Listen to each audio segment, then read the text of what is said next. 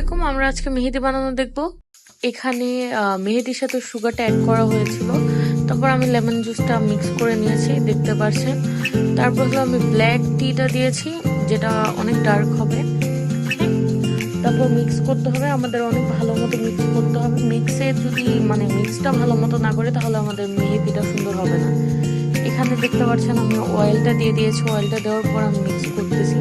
Of course অনেক বেশি mix করতে হয়, আর মিক্সের উপরই বলতে পারেন কি মেহেদির কালারটা বা মেহেদিটা সুন্দর হয়। আমাদের করতে হবে ভালো মতো মিক্স। দেন হলো আমাদের 24 ঘন্টার জন্য আমরা ড্রাই হওয়ার জন্য রেখে দেবো। পলিথিন দিয়ে ঢেকে রাখবো, যেখানে বাতাস বা কোনো কিছু যেন ভিতরে না যায়, এরকম টাইপের। দেখতে পারতেছেন কেমন ভাবে করেছি। আর করার পর এটাকে আরো ভালো মতো মিক্স করতে হবে। আর আমারটা একটু বেশি ঘন হয়ে গিয়েছিল, তাই আমি একটু পানি নিয়েছি। হ্যাঁ, আর আপনাদের সবার যে পানি নিতে হবে তা না, পানি নিতে হবে না। যদি ঠিক মাপে থাকে আপনি বুঝতে পারবেন ভালো।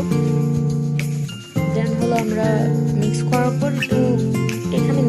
পর একটু পানি দিয়ে আমি আবার মিক্স করেছি, যেন একটু টেক্সচারটা একটু বেশি ভালো হয়। ঠিক আছে। আর দেন হলো কোন বানানো ছিল আমার, তা দিয়ে আমি মেহেদি বানিয়ে ফেলেছি। আর দেখতে পাচ্ছেন কালারটা কি সুন্দর আসছে।